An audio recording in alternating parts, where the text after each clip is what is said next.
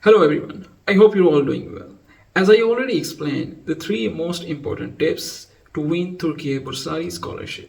In this video, I'm going to explain you or I'm going to give you three things that you must not do or otherwise you may lose the scholarship. And all these tips, it's based on my personal experience and the experience from from some of my friends, those who applied and who got rejected because of these mistakes.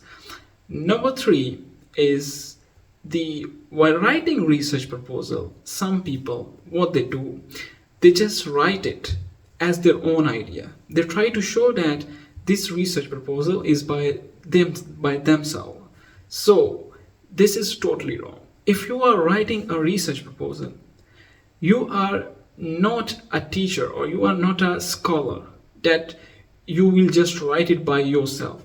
You studied those material from some papers, so you must add the references of all those papers that you have used to compose your research proposal, to draft your research proposal. This is the most common mistake a lot of people do. While writing the research proposal, what they do, they don't care about the references. They try to show that the research proposal they write it by their own. No, you cannot do it because you are not scholar. You need to read at least 20 to 30 research papers, and then you have to give references from those research papers. Otherwise, if you don't do it, you don't have any chance, because this is really highly discouraged in any scholarship in the world, that you try to show that you wrote it by yourself.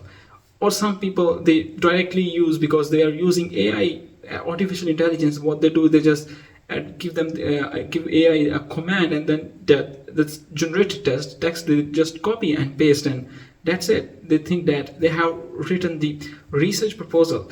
This is vague and highly discouraged. Must avoid this mistake if you really want to secure the scholarship. If you do this mistake, no matter how high grades you have, how good experience, professional or personal experience you have, they are going to reject you straightforwardly.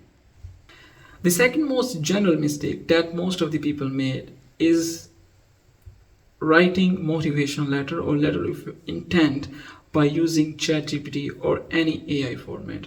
This is something really discouraged, and I already explained this in my previous video, that if you think that these people are just, because there are a lot of applications, so these people are not going to scrutinize your application, you are really at mistake. You need to write your motivational letter or research proposal by taking your time. Take your time. Write it, review it again and again until you found it perfect, with that no one can find mistake in your written paper, in your written proposal, or in your written motivation letter. But if you just give command to AI and you just copy paste, and some people, what they do is to just ask AI to write the research motivation letter, or then they try to rephrase some lines by using some software, and they think that they are smart, but it's not being smart. It's being, in my opinion, it's being stupid. Like they have applications for that too. Those applications will show that this material is AI generated. Okay, so just don't use it, or just try to avoid these all AI generated application or platforms. You can, as I told you before, you can take the idea. Okay, you can just simply take the idea, but never ever simply write the same as ChatGPT write. Take the idea and write your own. Okay, and you can ask some of your friends, and they may share their research, their letter of motivation. Also, you can take the idea and you can write, but never ever copy paste, or never ever try to copy paste and rephrase and then write. Write your own ideas. They need something different, because most of the ChatGPT ideas, even if you are asking ChatGPT, in my opinion, this is also not legitimate, or this is also, I would say, I discourage, because ChatGPT, if 1,000 people are asking ChatGPT the same thing, ChatGPT will give you the same idea. What it means, if all 1,000 people have same idea of writing motivational letter, I guess no one is going to be selected, because or only the one who have the highest grades or highest experience, he's going to be selected. You need to show that you are unique. This is something most important. You have to show it by writing your unique and self-created, self-crafted letter of intent or motivation. This is something, it will guarantee you the scholarship, or if you do the opposite, you cannot win this scholarship, unfortunately.